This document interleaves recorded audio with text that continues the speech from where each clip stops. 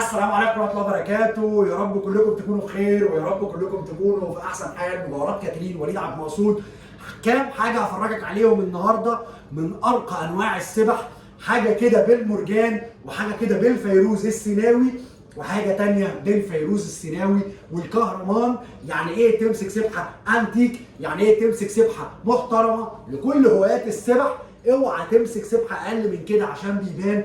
امسك سبحه حجر كريم اصلي، حاجه محترمه، حاجه معموله هاند ميد. كل سبحه فيهم وكل سبحه منهم فيها 625 حجر، يعني السبحتين فيهم حوالي 1200 حجر. 600 فاروز و600 300 منهم مرجان و300 منهم كهرمان.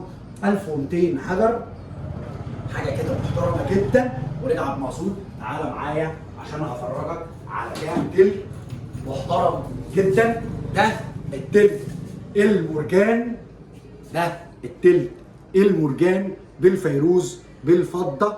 بص الكابيشون وبص الهاند ميد، كل حاجه فيه باينه جدا.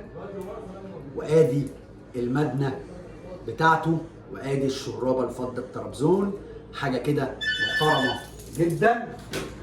خليك معايا عشان التليفون كان بيرن. ودي حاجه الفيروز بالكهرمان، حاجه كده محترمه جدا.